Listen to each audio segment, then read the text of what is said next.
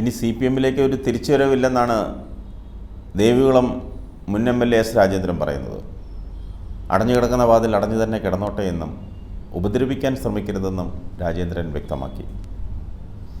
തനിക്കെതിരെ ജില്ലാ സെക്രട്ടേറിയറ്റ് അംഗം KV ശശി വ്യാജ തെളിവുകൾ ഉണ്ടാക്കിയെന്നും തന്നെ ഉപദ്രവിച്ചാൽ മറ്റു വഴികൾ തേടേണ്ടി വരുമെന്നാണ് രാജേന്ദ്രൻ നൽകുന്ന മുന്നറിയിപ്പ്.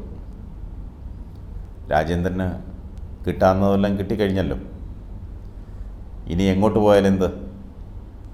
MLA പെൻഷനും ആനുകൂല്യങ്ങളും ആർക്കും തടയാനൊക്കില്ല. അത് ആജീവനാന്ത കാലം 2 കൈ നീട്ടി വാങ്ങാം. കഴിഞ്ഞ 2 വർഷത്തോളമായി പാർട്ടിയുമായി അകന്നു കഴിയുകയാണ് S. രാജേന്ദ്രൻ. CPM അംഗത്വം പുതുക്കാൻ താല്പര്യമില്ലെന്നും രാജേന്ദ്രൻ കഴിഞ്ഞ ദിവസം പറഞ്ഞിരുന്നു. ചതിയന്മാർക്കൊപ്പം പ്രവർത്തിക്കാൻ കഴിയില്ലെന്നാണ് CPM-ൽ താൻ ഉണ്ടാകരുതെന്ന് ജില്ലാ സെക്രട്ടേറിയറ്റ് അംഗം KV ശശി ആഗ്രഹിക്കുന്നുവെന്നുമാണ് രാജേന്ദ്രൻ കഴിഞ്ഞ ദിവസം പറഞ്ഞത്.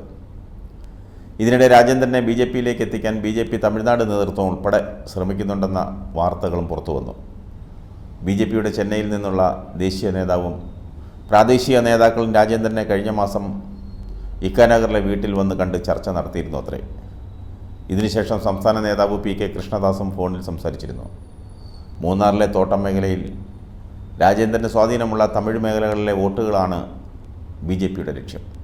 ഇതിനായി പാർട്ടി സ്ഥാനങ്ങളും വാഗ്ദാനം നൽകിയിരുന്നു.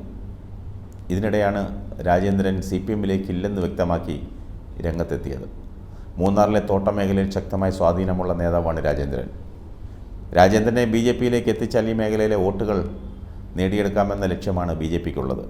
കഴിഞ്ഞ നിയമസഭാ തെരഞ്ഞെടുപ്പിൽ ദേവികുളം മണ്ഡലത്തിലെ CPM സ്ഥാനാർത്ഥി A. രാജയെ പരാജയപ്പെടുത്താൻ ശ്രമിച്ചെന്ന പരാതിയുടെ അടിസ്ഥാനത്തിൽ പാർട്ടി രാജേന്ദ്രനെ പ്രാഥമിക അംഗത്വത്തിൽ നിന്ന് 1 വർഷത്തേക്ക് സസ്പെൻഡ് ചെയ്തിരുന്നു.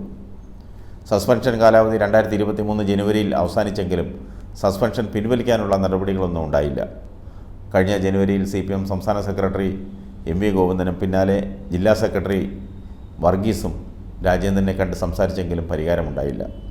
991 മുതൽ ദേവികുളം മണ്ഡലം കുത്തകയാക്കിയ കോൺഗ്രസ് നേതാവ് AK മണിയെ തോൽപ്പിച്ചാണ് CPM നേതാവായിരുന്ന S. രാജേന്ദ്രൻ 2006-ൽ ആദ്യം നിയമസഭയിലെത്തുന്നത്. 2011-ലും 2016-ലും വിജയം ആവർത്തിച്ചു. 2021-ൽ S. രാജേന്ദ്രന് സീറ്റ് നൽകിയില്ല.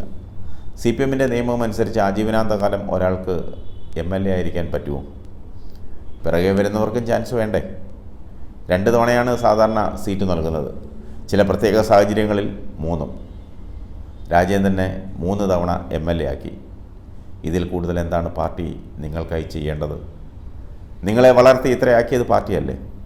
ആ പാർട്ടിയോട് വേണം നിങ്ങൾ വഞ്ചന കാണിക്കാൻ. ഒരധികാര സ്ഥാനങ്ങളിലും എത്താത്ത, ഒരിക്കലും മത്സരിച്ചിട്ടില്ലാത്ത എത്രയോ നേതാക്കളും പ്രവർത്തകരുമുള്ള ഒരു പാർട്ടിയാണ് കമ്മ്യൂണിസ്റ്റ് പാർട്ടി. ആ സ്ഥാനത്ത് നിങ്ങളെ 3 പ്രാവശ്യം മത്സരിപ്പിച്ചു, ജയിപ്പിച്ചു, MLA ആക്കി.